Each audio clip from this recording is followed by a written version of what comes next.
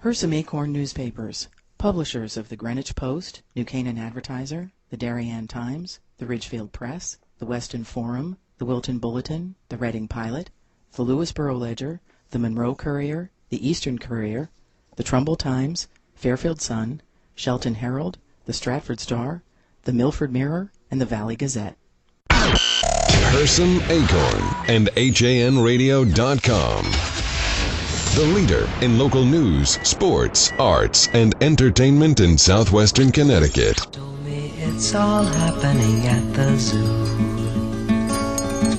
I do believe it. I do believe it's true. Broadcasting live from Connecticut's Beardsley Zoo on HANradio.com.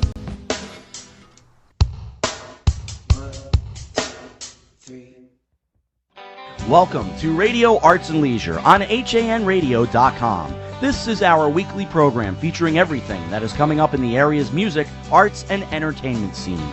We will interview local artists, authors, musicians, and even some nationally recognized folks who may be performing here in our area. We will have movie reviews and film suggestions from our own real dad, Mark Schumann. No other news organization covers the arts and entertainment scene in Southwest Connecticut and Westchester County, New York, like Hersam Acorn. This is your all-access pass. Sit back and enjoy. I'm Rob Adams, and here are your hosts, Arts and Leisure editor Sally Sanders and our radio entertainment reporter Steve Coulter. Good afternoon. This is Radio Arts and Leisure. I'm Steve Coulter with Sally Sanders. We're here live from the Beardsley Zoo. Lovely Beautiful, day. yeah, lovely Friday day. afternoon. We're talking animal movies today with our first subject. There's plenty of good animal movies out there, but perhaps we should start with, is there a certain animal that's better to depict in film than... There's no question. Dogs. Dogs are moneymaker. I think horses I had as the other front runner. You yeah. topped out with horses. We should say also that we were hoping to have our Mark real Schumann's dad, not going to be with Mark us Schumann today. with us. I think Technical difficulties. penguins is another big one. Penguins. When I was doing research, favorite animal movies, March of the Penguins is one that. Yeah. It toes the line between being a film and a documentary. So then that draws a question: are animal movies? Are they better as documentaries? Should more documentaries be made about animals? Like you see The Cove about the dolphin massacres in Japan. You see Grizzly Man.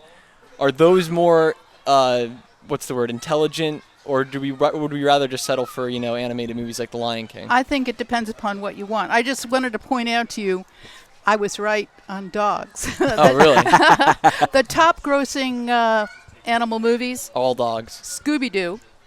That's the number one. Scooby-Doo. Marley and Me, which is about a right. I forgot about golden Marley. retriever. I didn't even have that on my list. 101 Dalmatians. Beverly Hills Chihuahua. Okay. And Cats and Dogs. Wow. So there we go. All dogs. Well, except for the cats. What about King Kong? I don't know that they factored that in. Does he get any say in this? That's a good point. He's an animal. He's a gorilla. Yeah. I mean, it's not like Godzilla where it's like a lizard hybrid. It's not technically an animal. How about Every Which Way But Loose? Yeah, I have that. I know. Right turn, Clyde, right? Right turn. Right turn. That's one of the best. And so there's easy animals to depict. What are some of the harder ones to depict? Well, as you said, King Kong can go terribly wrong. I think elephants are tremendously tough to do. I think that Hollywood struggled.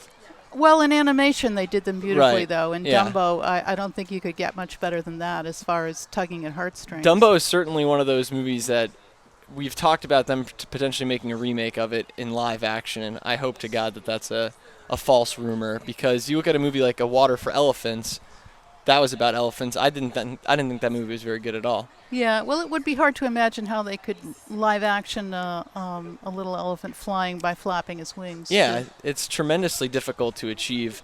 Another kind of animal that's tough to do with live action that's easier to do with animation is fishes and sharks.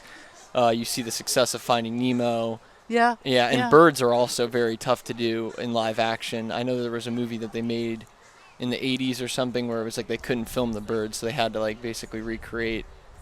Well, and then in the birds, right, they did have real birds. Yeah, that's right. And I'm not sure how he wrangled the birds, how that worked.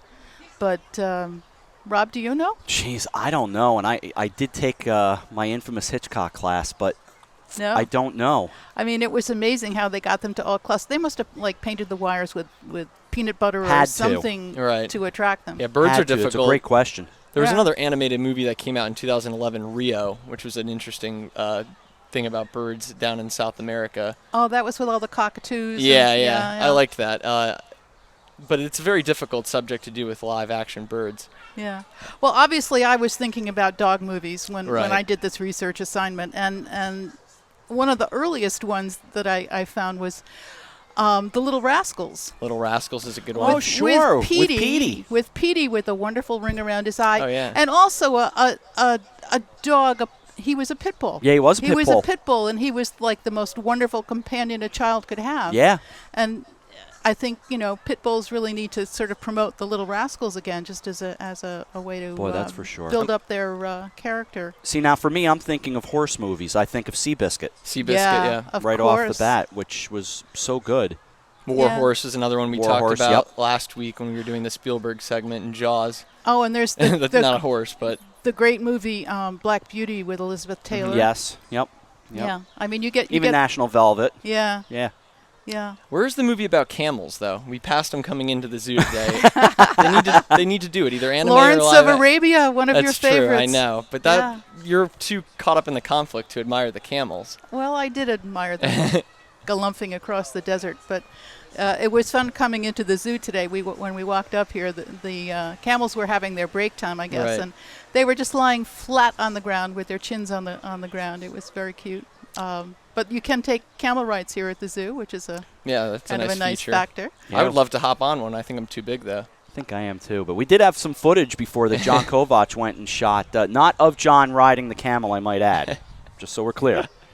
I'm glad you mentioned the dogs as kind of a companion. You see that a lot. That's where it started. You have, famous animals in pop culture. Yeah. They're always companions. You have Scooby-Doo, and he's got his whole crew, but he's kind of like the sidekick Yeah. that's doing it. Mr. Ed.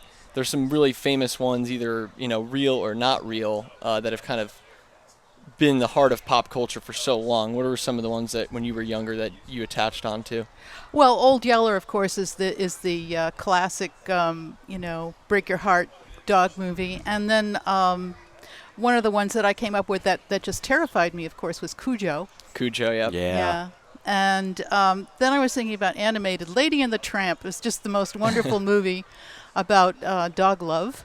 Dog love. It exists. It's out there. It's real. Yeah, it does exist. And I was reading about how Walt Disney was considering taking out the scene where Lady and the Tramp are sharing the strand of It's spaghetti. the most iconic scene in the movie. I know, but he Yeah, it he is. thought it wouldn't go over. Huh. But I guess somebody overruled him. Someone talked him out of that one. But Walt got lucky. But there seem to be, a couple of different ways that dog movies work out. As you said, the companion one, but then Right. you also have the ones where they're the action. And Homeward Bound is one of those. yeah, I think that's two dogs and a cat, though, right? yeah. Benji is another one. Benji, right? I had him on my list. I guess the Lassie movies, pretty much Lassie was the star, and Lassie's- everybody else was Right. supporting characters in that. This is true. Lassie's kind of the golden example of animals in pop culture, I think. That and Rin Tin Tin. Yeah, yeah. What were some others that you remembered from your childhood? From my childhood? Yeah, because this most- has been a thing in Hollywood since dating back to what, the 40s? Yeah, I mean there was the Shaggy Dog. That's a little bit Right. later with Fred McMurray and Annette Funicello. Right. Yes. That's right. Yeah, so that's probably what, 60s, maybe. Yeah, I 60s, think that 70s? was. I think that was 60s Shaggy. Yeah, yeah. But I don't remember. I mean, other than Lassie and Rin Tin Tin, those were the big names. And Yeah, and, I mean, on TV you had Flipper, which Oh, you know, yeah. which do you want to consider that animal, mammal? Okay, whatever. Yeah. But It's considered a mammal, right? Or Right. no? yes, they are mammals. right. Yeah. So you did have Flipper, and of course you had Mr. Ed. Right. Mr. Ed's. Yeah, he never made it to the movies though, right? No, he never made He's it on to the the Mount movies. Rushmore of iconic animals in pop culture. In I pop Yeah. culture, sure. On the TV side, definitely. And here's a really early one too. Toto in The Wizard of Oh, Oz. absolutely. I mean, he was a big character in that film. I mean, that arguably is the first one right there, 1939 Wizard of Oz. arguably, it's the most no, among the Little most Rascals famous were lines in the earlier. movie. Yeah. is Toto, I have a feeling we're not in Kansas anymore. Yeah, and your little dog too. And your little dog, too, of course. Yeah. That's right. Now, in terms of, here's one I'm going to throw out there. Chewbacca, does that count as a famous animal? Ooh. What is Chewbacca? He's a Wookiee. Wookiee and animal. Yeah, I think maybe. Well, you wouldn't find him at the zoo, though, not necessarily. Not necessarily. Well, you might find it at a zoo on Tatooine. I don't know. Yeah. I haven't really considered that. And then there's Clyde, as you guys mentioned, Clint Eastwood's iconic sidekick. Orangutan. Yes, You know, Clint does 2 decades worth of movies, never needs a sidekick, and then they think, hey, why don't we pair him with an orangutan? Yeah, that orangutan had quite a career too. He was in about 8 movies. I think. Yeah. Oh yeah. It kind of worked out okay. It did. And while It we're did. on the subject of animals, pigs, Babe. We can't not talk about Babe. Yeah. Sure. There was 46 different pigs used in that movie, believe it or not. Piglets. Pigs grow fast. Right, because they grow so fast that they had to keep changing them. Which leads us to Charlotte's Web. Which leads us to Charlotte's Web. Of course, the 1973 version, right? Not the 2006. I think I just totally bypassed the 2006. Yeah, I It think does I did exist. too. It exists. I'm telling you. And- If Mark's listening, he's like shivering right now. Yeah. And of course there's Stuart Little, Yep, Stuart the Little. mouse. The mouse. He was excellent. If you could make a mouse charming, I feel like Hollywood could do any animal. That's Well, and then we of course we can mention Ratatouille. Ratatouille. Right. If you can make a rat charming. And then there was Ben. Would Ben you the say a rat? rat is Yeah. the least charming animal that there is? Some people would say that. Right. I have not encountered rats enough in my life to really form an opinion of them. What about snakes, Rob? Yeah, let's not talk about that. Okay. I survived. So You survived. So you wouldn't go see snakes on a plane? I've never seen snakes on a plane. Nope. No. I wouldn't advise anybody who's listening to go Nor see it either. nor will I go see bees on a plane either. The Yeah. follow-up to that. Really? Really? Also bears. The Yes. bear. They Yogi got Bear. Jungle Book. Jungle Book. Now, see, that's a Yeah. movie that has snake in it, and I survived. Yeah, Yeah. it's an animated snake. It is an animated That's snake. that's the key to it. Doesn't matter. Two Brothers is an interesting one about the tigers with Guy Pearce. I don't know if you ever saw that in 2004. No. I was thinking about it today when we were walking in because they have the tiger there. Tigers are actually pretty cool. They're not bad on film, animated or live, Yeah. because you can train them and they're a lot better in terms of. I think that they actually animated the one in Life of Pi. That was computer. that was computer generated. Yeah, that's like interesting. You guys annoyed Chewbacca. That's all.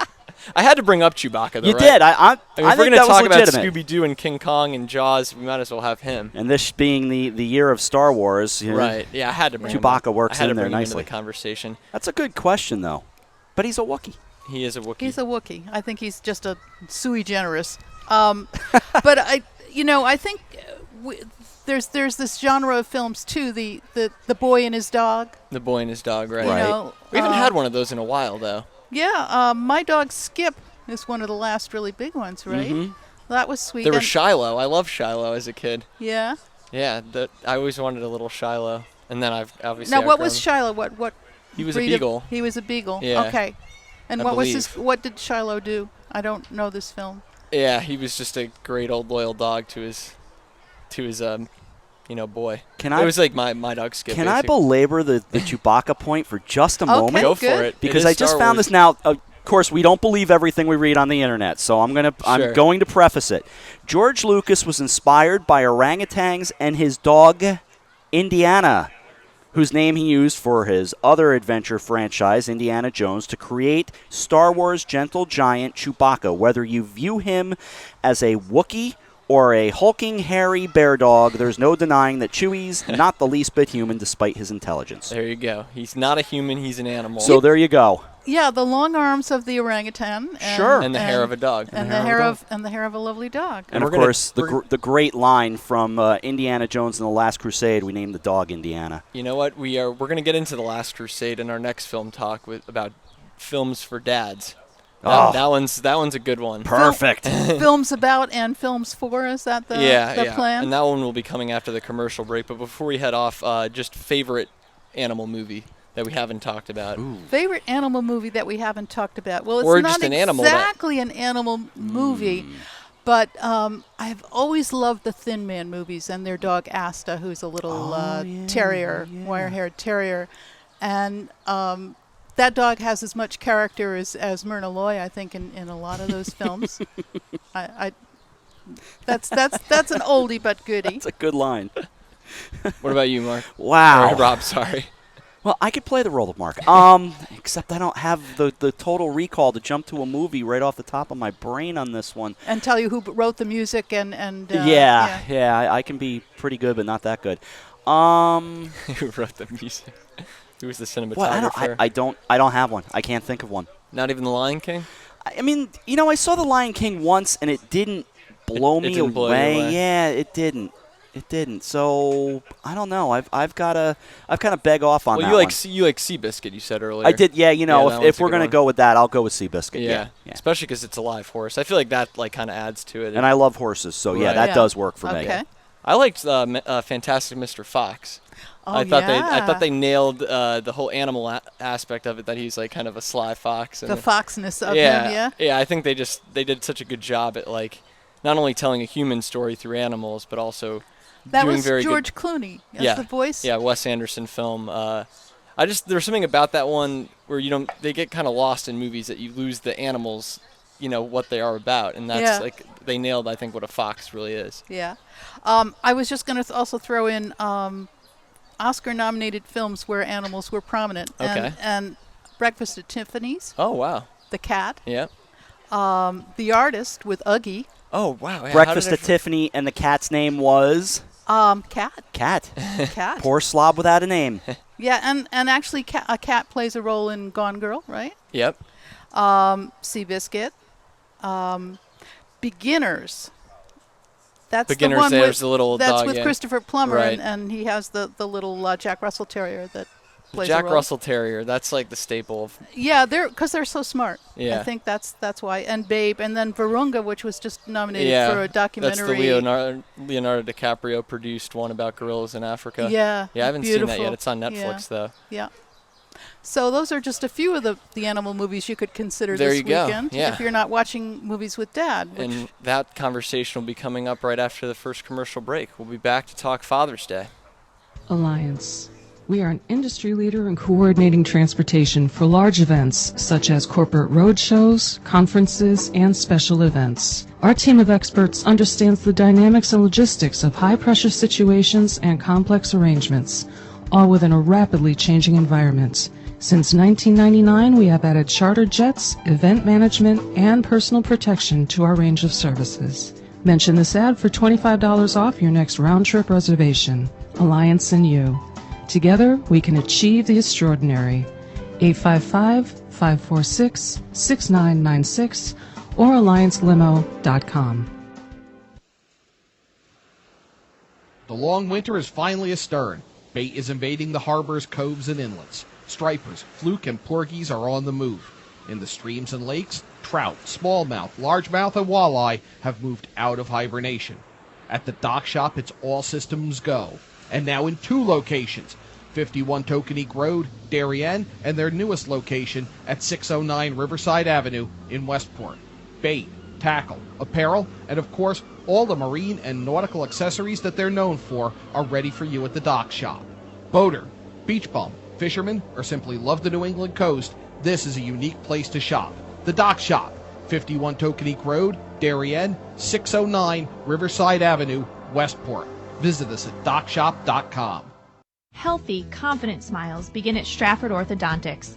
Conveniently located on Main Street, we are Stratford's hometown orthodontist. We offer the latest in orthodontic technology, including Damon braces and Invisalign. We always accept new patients. Call today to schedule a complimentary consultation.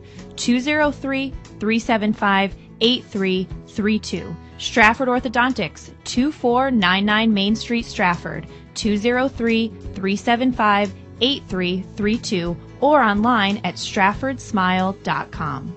You're listening to Hersam Acorn Radio.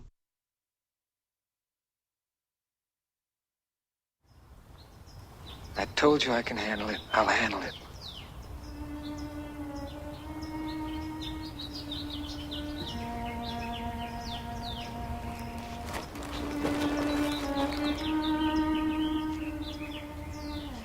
knew that Santina was gonna have to go through all this. And Fredo, oh. Fredo was, oh. And I never wanted this for you. I worked my whole life. I don't apologize to take care of my family. And I refused to be a fool. Dancing on the string held by all those big shots. I don't apologize, that's my life, but I thought that but when it was your time that you would be the one to hold the strings. Senator Corleone, Governor Corleone, something. I'm not a Petanovanto. Oh. This wasn't enough time, Michael. Wasn't enough time. We'll get there, Pop. We'll get there. And we're back. And we're back. That was Francis Ford Coppola's The Godfather.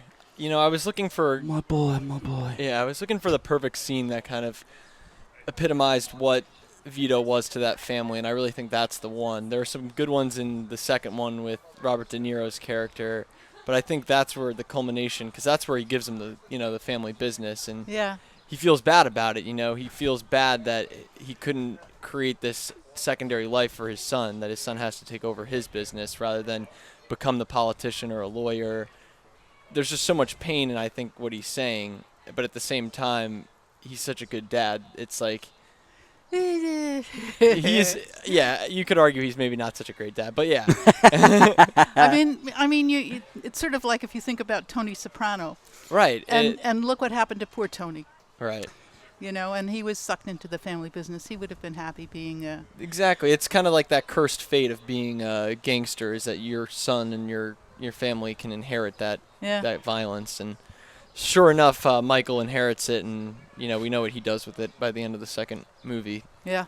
But I just love that scene for so many reasons. Marlon Brando in particular, I think that's probably his best work in the entire movie, personally. Yeah, that's beautifully played. Yeah, it really is. It's so well done, and just a remarkable scene there. I mean, Brando has obviously so many great scenes in the movie to begin with, but that one is that's so one of the good. best. I like the subtleness when Michael moves his chair forward to talk to him. Yes. It's like they get closer together. And we'll see another clip from Guess Who's Coming to Dinner. I don't know if we'll play the whole clip, but there's also that, there's love and hate and tension and joy, and you can feel it, and that's, teaching a kid. I'm not personally a father, but there's good moments, there's bad moments, there's moments that make you proud, there's moments that make you not so proud. And I think the clips that we've chosen, at least the first two, the third one will be more of an uplifter. But that clip definitely, you can feel kind of the good and the bad, and that's there's in parenting there's always a little bit of both. Yeah, and on Sunday we're going to be celebrating Fathers. Exactly, Father's Day. Which is why we started out with that clip. And the question I had for Father's Day is, do you want to choose your personal favorite, or do you want to watch one that's more tailored to dads? Personal favorite, but one that slides into the father-son or father-daughter, certainly. Right. For me, it's father-son. But, yeah, one that kind of walks that line, that it is your favorite, but it also produces that, it evokes that father, that parental feeling, I guess. Sure. So there is, for Father's Day and Mother's Day, I think it's good to choose one that does have a parental theme to it, rather than just let them have their favorite. But then again, it is your dad's day, and so if he wants to watch his favorite movie, if it's Jaws, then let him watch Jaws. But we did come up with a list of good movies that were kind of Father's Day themed. What was one that was on your list, Sally? Let's see.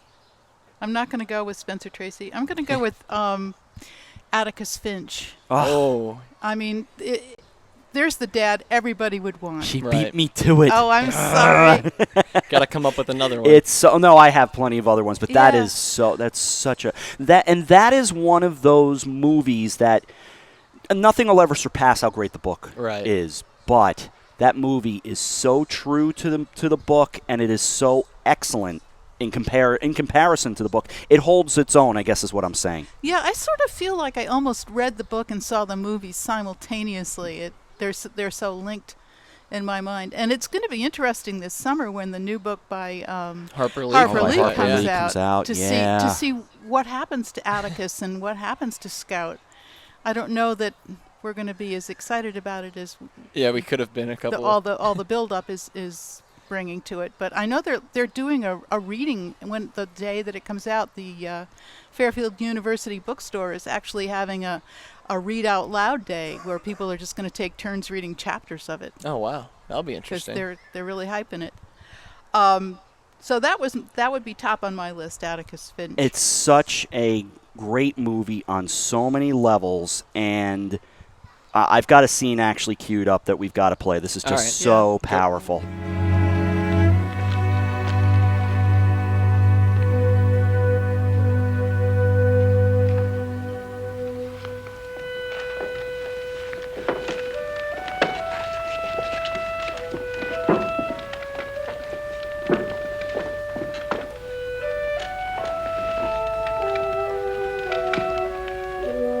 For those listening, it's the sound of the entire courtroom rising as Atticus Finch gets ready to walk out. And you want to talk about a scene that can give you chills. When Gregory Peck leaves that room, this is so strong. The hairs stand up on your arms. Stand up.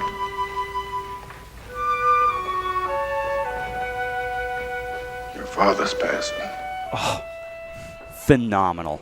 Just so phenomenal as he makes his way out of the courtroom and your father's passing. Jean Louise, stand up. So great. And if we had Mark Schumann here, he'd tell us who was playing the clarinet in that, which is, I mean, really just captures it too. It's amazing how you kind of can ignore and then find that music, and it really right. Yeah, I'm sure Mark's listening, inserting his comments. I have some emails. I do have some emails here, so he's definitely keeping an ear on us. All right, and an eye on us. And I know he had a couple of in his list. Fiddler on the Roof was one that he mentioned. Oh, yeah. Ah, yes. And he also mentioned Guess Who's Coming to Dinner, which we have a clip of. We can play that right now, in fact, if one? you want to hear that and one. this is Spencer Tracy, and is it Catherine Houghton? Is it his daughter that we're going to be hearing? No, it's him and his dad. Yeah. It's Sidney Poitier and his dad. Yep, it's that. Oh, okay. Yeah, Sidney Poitier. So here we go. Well, I don't care what your mother says. Maybe she's gone haywire, too. This is between you and me. That's the first thing you said that makes any sense, because that's exactly where it's at. Yeah, and what I mean to say is... No, you said what you had to say. You listen to me. You say you don't want to tell me how to live my life. So what do you think you've been doing? You tell me what rights I've got or haven't got, and what I owe to you for what you've done for me? Let me tell you something. I owe you nothing. If you carried that bag 1,000,000 miles, you did what you were supposed to do. Because you brought me into this world. And from that day, you owed me everything you could ever do for me, like I will owe my son if I ever have another. But you don't own me. You can't tell me when or where I'm out of line, or try to get me to live my life according to your rules. You don't even know what I am, Dad. You don't know who I am. You don't know how I feel, what I think. And if I try to explain it the rest of your life, you will never understand. You are 30 years older than I am. And your whole this is like the generational kind of difference, that you feel that tension. It's, the old versus the new. Yeah. Absolutely. And the kind of rebellion that he feels, and that's very much a theme of any movie that deals with parenting, and I'm sure you guys have dealt with it as parents when your kids kind of try to rebel against what you're saying. Yeah, you may have dealt with it on the other side of the... as a kid I was a little rambunctious, sure, yeah. We all rebel. Okay. So another theme, of course, is the tenderness of a father for a child, and we touched on it with Atticus Finch, but I was thinking about Kramer versus Kramer, which is such a wonderful way of showing how hard it is to be a parent, to be a father, to be everything to a child. Yeah. Dustin Hoffman's great, yeah. Yeah. I mean, the frustration that he shows in parts of that when he's trying to figure out what it is the kid wants, and just coming to love him because there's this child who's dependent on him, and he hasn't really thought about it that much before he's in it all alone. Right. That's a great movie. I thought of an offbeat one. Good. How about Back to the Future?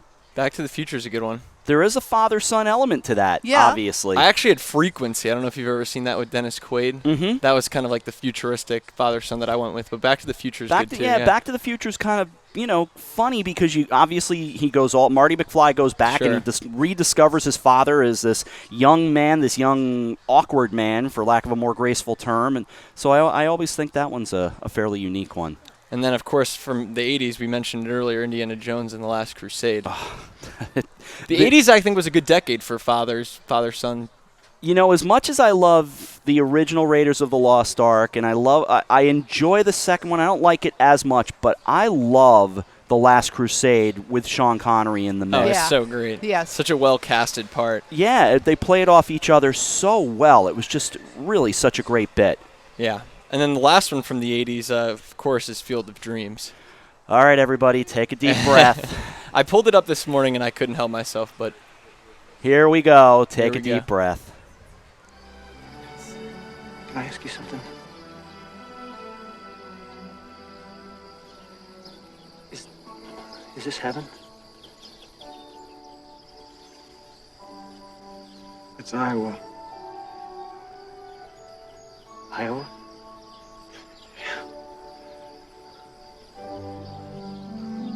Could have sworn it was heaven.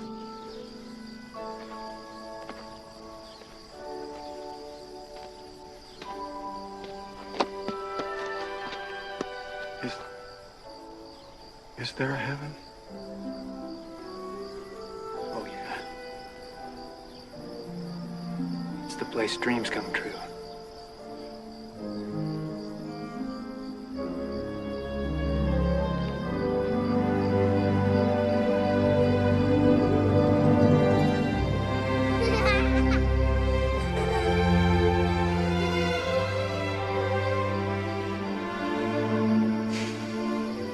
Maybe this is heaven.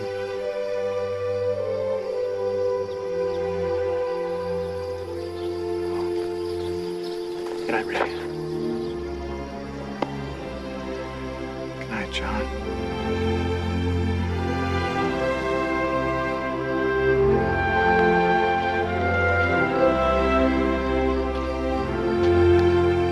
Hey, Dad? You want to have a catch? I'd like that. Dissolved in tears. Ugh. It's a great way to end a segment on Father's Day. On Father's Day movies. I'm going to consider watching it on Sunday. I might have to. When he think screams out and he's like, "Hey, Dad," it's the Can we have best. a catch? It's the best. So heartbreaking, but so great. All right. Good. We'll head off to a commercial break. We got Jim Knox coming up from the Beardsley Zoo. We'll talk a little bit of what's going on here this summer, as well as some zoo etiquette. Good. It's grilling season, and Walter Stewart's Market is your local destination for the finest grill-ready certified Angus beef strip steaks, skirt steaks, 100% grass-fed ribeyes, all-natural pork ribs, Arthur Ave-style kebabs, fresh-cut veggies, delicious grab-and-go salads, chilled rosé wine, and ice-cold craft brews right next door. Walter Stewart's, your fresh local market. 229 Elm Street, New Canaan, and shop online for groceries and wine delivered to your door at stewartsmarket.com. Your child has fallen and broken his arm. You need to see an orthopedist fast. Think Coastal Ortho Express in Norwalk. Don't wait hours in the ER. Save a trip and money by going straight to an orthopedic specialist at Coastal Ortho Express Urgent Care in Norwalk. No appointment necessary. Coastal Ortho Express Urgent Care, 203-845-2070. Open Monday through Saturday in the iPark building at 761 Main Avenue in Norwalk, or call 203-845-2070. Fast. It's Lots of Characters, specializing in children's birthday parties with your child's favorite characters. When you want to party hardy, when you need to celebrate, call us, we won't be late. We help create lasting memories for you and your child on their special day. Call us at 203-590-1791 or visit our website at lotsofcharacters.org for more information and to see our party packages. Lots of Characters, 203-590-1791 or online at lotsofcharacters.org. Now you can keep up with what's happening in Darien with the convenience of the Darien Times Online. Your choice. Print or digital subscription for just $45 a year. Or get the print and digital bundle for just $10 more, $55 a year. To subscribe to the Darien Times, go to hersamsecure.com/CIRC or call the circulation department at 203-894-3388. The Darien Times, now in print and online. Don't miss a single issue. Subscribe today. It's easy to advertise on HANradio.com, reach 263,000 listeners each month with our sports programming and talk programming.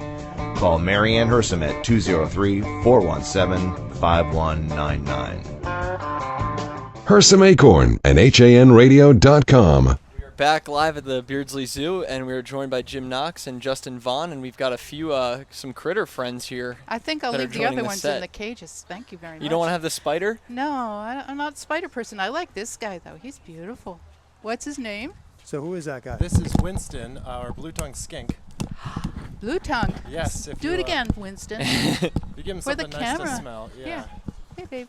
Sometimes he'll. I like his backing he's, routine, too. Yeah, there it is. Yeah. He's showing off his very amazing backup talent. He's walking backwards. No beeper, though. No, He's trying to hide the blue tongue for the camera. That's their. It's actually their way of hiding in the wild. They walk backwards in order to basically put their lower back into a cave, a hovel, under brush, and they just stick the tip of their head out. And where they're from in Australia, there's a snake out there, the death adder. Looks just like them, their head at least. So by backing up like that, he'll just stick his head out, and everybody walking by says, "Whoa, death adder, no thank you." Walks right past, and it's actually just this little harmless guy. So, yeah. So it's like a survival tactic. Exactly, yep. Sure. When he starts walking backwards, he's looking for a place to hide. Did you both get a chance to pet him? Yeah, we did. Okay, great. Yeah. And so he's from Australia. Yes, yeah, that's his. How old is he? We don't know how old this guy is, Steve, because he's one of our rescue animals. Okay. And oftentimes what we do here at the zoo, when we have space, which is a rare thing, we provide a home for an animal in need. Normally we're filled up, but this guy was a former exotic pet, and that actually ties into one of our programs, Making Wise, Not Wild Choices, all about the pitfalls of exotic pet ownership, because it's dogs and cats I like rule. the name of that program. Yeah, Make wise, not wild choices. Exactly. Dogs and cats rule. We can't say that enough. Sure. And if you want a guy like this, you got to be prepared for a 20 to 30 year commitment. And, oh wow, really? Oh yeah. And it's also, he has special needs, lighting needs, heating needs, and dietary needs, and very few people are well equipped to provide those for an animal like this. What does he eat? This guy's an omnivore. Justin can tell you about his diet because he makes it all the time. Sure, yeah. Well, very often he likes crickets. Sometimes he has a little bit of difficulty catching them all, so we got to clear out his whole space, give him a nice empty room, so he can run around freely. If he's got any logs or his water dish in there, crickets love to hide around there. So he needs a nice open space. We'll clear out his exhibit, and then we'll release the crickets and let him run around, catch them all. And other than that, he loves salads, so we'll give him kale, sweet potato, carrot, all those things into a nice salad for him. I think he knows you, the hand that feeds him. Oh, yeah. I've also got the sweat going on me, too, so he's, maybe it tastes pretty good. Now, does he have any family here, or is he all by himself? It's just him, yeah. He doesn't have any of his siblings since he was a rescue. Right. And in the wild, do they travel in packs, or? No, they're solitary. They'll live just on their own. Yeah. But he's got some cool relatives all over ground. So we've got alligators, we've got pythons, we've got boa constrictors, you name it. He's got a lot of cousins here. Yeah. Does he hang out with Einstein or no? Does he hang out with Einstein? Sometimes he does. Sometimes he does. We have, I know Steve and I and Sally have met with Mr. Einstein before. Yes. One of our education ambassadors, one of our American alligators. And this guy here is, he is sort of the land equivalent or the land counterpart to those alligators. He is a predator, but he's also an omnivore. Like Justin mentioned, the alligators are strict carnivores, and right now they're chilling in their little private pool, but cool. they're doing great. That's good. Good. Now I see that he can how can he hear? He doesn't have ears, or? He does indeed. In fact, that's one of the main way you can tell snakes and lizards apart. So if you look on the side of his head here, he does have these little holes for his ears, and he's also got, the other thing is his eyelids, so he can close his eyes. When he goes to sleep, he closes his eyes, and snakes don't have those. So easy distinction between snakes and lizards. Snakes don't have eyelids, snakes don't have ear holes, and lizards do. Very So if you're cool. looking really closely at him when he's backed into his hole, you could figure out Yeah, if he you was a just saw- faker. right. Right. And who else do we have here? We've got looks like a tarantula, or Yeah, that's one of our big girls. She's actually grown dramatically in the last few months. She's pretty much doubled her size in the last Wow. maybe 8 months, and she is a salmon pink bird eater tarantula. So she's one of the largest species of spiders in the world. Where's she from? They're originally from northern South America, but again, she was a former pet, and again with exotic pets. Well, you guys, my monologue. right? Yes. Wise, not wild. Yeah, exactly. I like it. And again, very few people are well equipped to take care of an animal like this.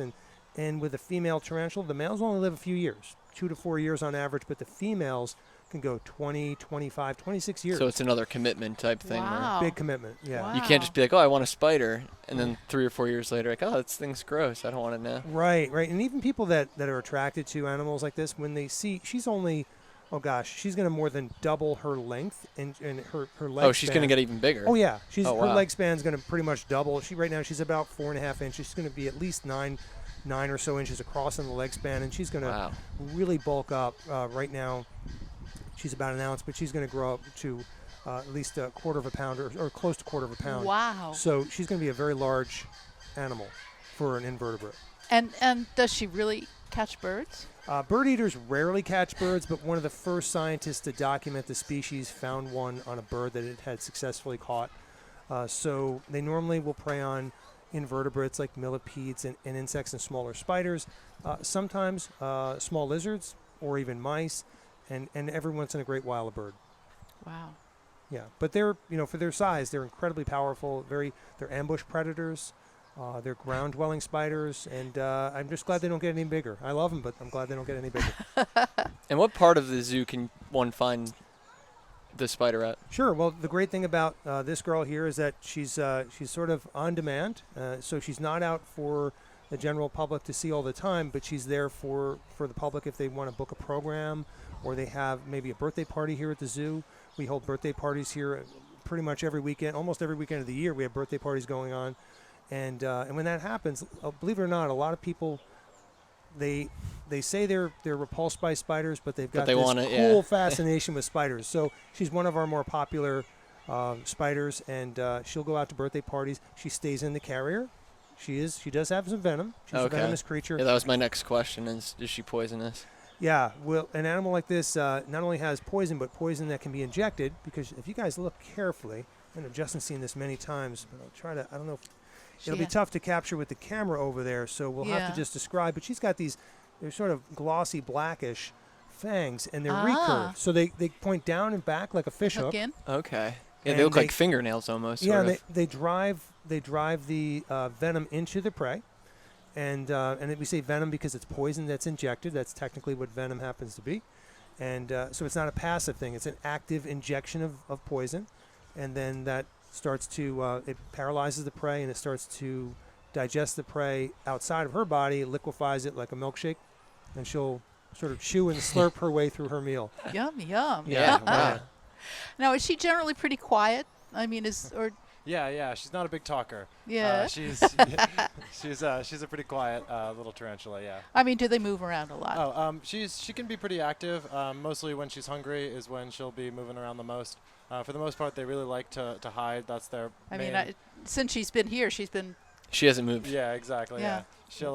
She really only moves when she's out to hunt. Other than that, especially when she gets nervous, she's looking for a place to hide. Oh, there she goes. Yeah, she'll move a little. Does she like dark or light? Dark, preferably, or dark is usually the preferred. Yeah, nice little hovel that she can get in where nobody can find her, nobody can see her. She does have predators down there, so if she's got to worry about something trying to make a meal out of her as well. Right.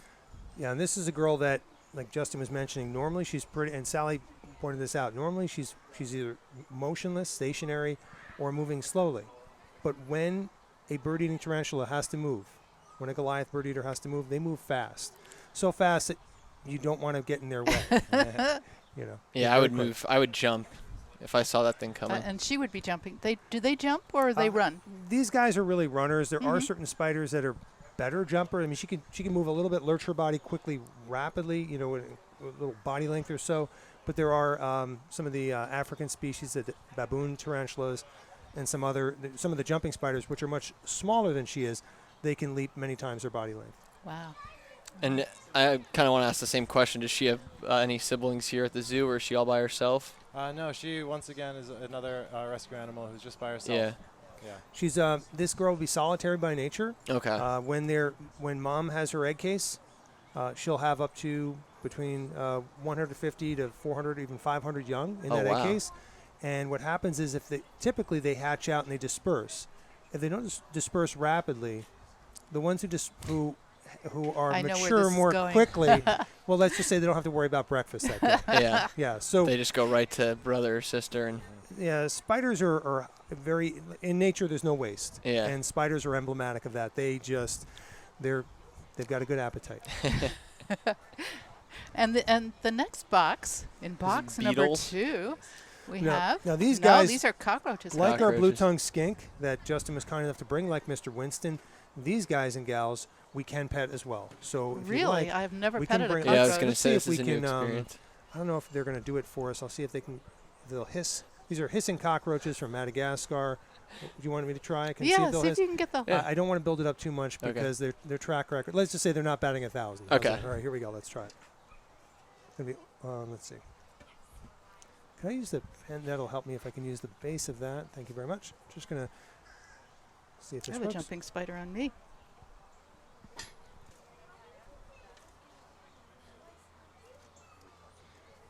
Now, this is the time where if you do it really well, you could convince your audience that we're listening to a hissing cockroach. But we don't want to deceive them. Yeah. They are utterly silent. Shame on you guys. You're not helping us.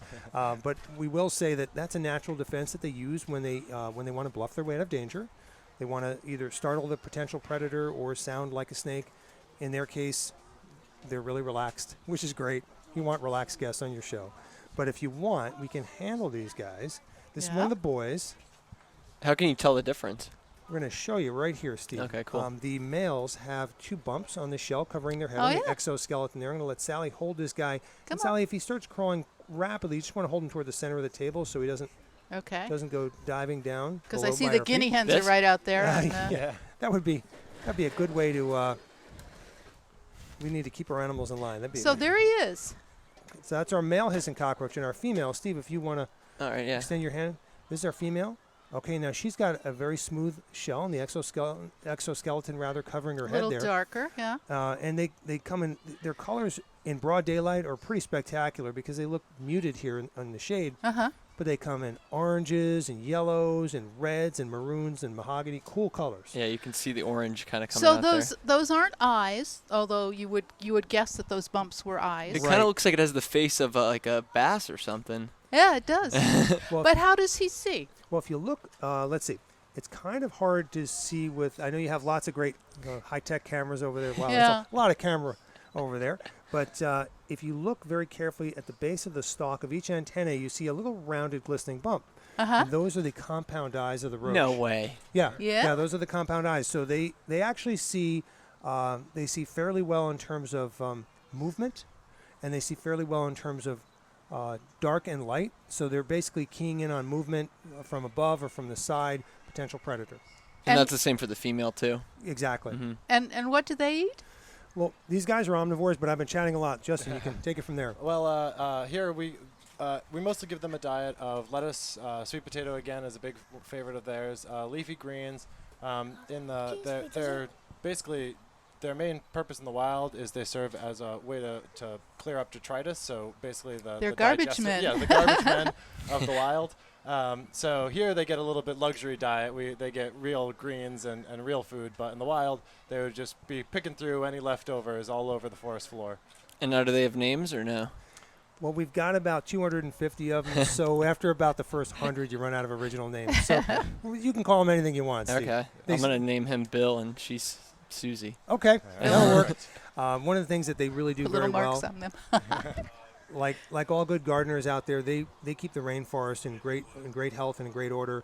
And what they do is, even though they eat a lot of plant matter, technically they're omnivores. So anything that lemurs or parrots drop to the floor of the rainforest, they're going to eat it up, clean it up, when they use the bathroom, when they go to the bathroom, which, by the way, the entire rainforest is their bathroom. Of so course. they're spreading the nutrients around and spreading out that top layer, digging through the top layer of soil, mixing the nutrients. So they really are key animals in the health of the rainforest. And are they surviving well there?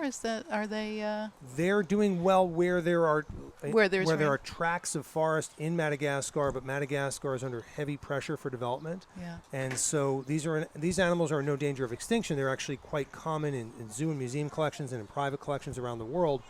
However, on their native island of Madagascar, there's just a lot of development pressure for the habitat is being converted for human use. So that's a challenge that the Malagasy people will face for quite a while.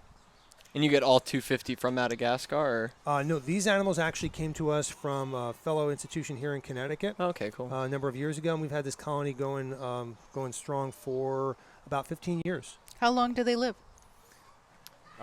These guys live about 3 to 4 years, typically. And there are records of some animals living into their 5th year.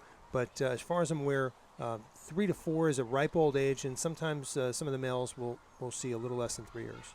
Now, this one almost turned over on my hand. What happens when they're on their backs? When they're on their backs, they're not obviously as mobile, but depends on the age and the general health of the animal. But they're generally pretty adept at flipping flip back over. Yeah. And now, is the outer shell kind of like a defense mechanism too, or? It is. The outer shell is very thick. It's made out of chitin, which is what, say, a lobster shell is made out of, or a spider exoskeleton. Fingernails? Similar to our fingernails. Yeah. Our fingernails are made out of keratin, which is the same material that Mr. Winston has on his scales. Right? And same as our hair, right? It's that protein that is incredible, right? It protects our fingers and toes, and it's camouflaging depending on the animal. It's waterproof. It's flexible. It's pretty amazing. These are very cool. Well, we thank you for coming in with these guys. It's our pleasure. These are awesome. And we invite everybody to come to the zoo and see all the other animals that are out here. I think she's hungry. She may she well might be. Okay. And these guys, She's again, moving. they're the cornerstone of so many programs. You know, we deliver here from our Zoomobiles to our animal encounters, birthday party presentations, assemblies, you name it. And we're here for corporate groups too. There are lots of folks that are discovering the zoo that they knew as kids and now rediscovering it as adults. So it's a wonderful place to be. We're very happy to have you guys here to help us to get the word out. Well, thank you for having us. Yeah, we really appreciate it. Our pleasure. You got it. Thank you. Thank you very much. So we're going to close it out there and say thank you to... Yeah, thank you very much, Jim, for having us here today. It's been a great day at the zoo. We're really glad you came. I thank you so much for taking us up on the invite. All right.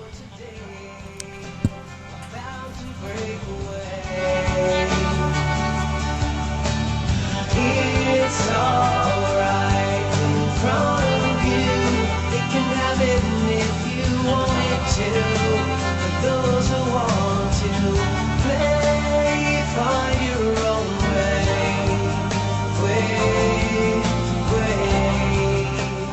Find your own way.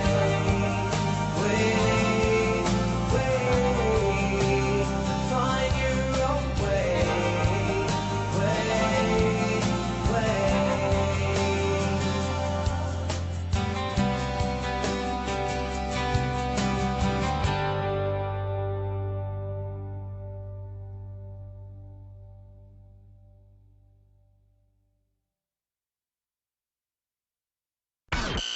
Hersam Acorn and HANradio.com.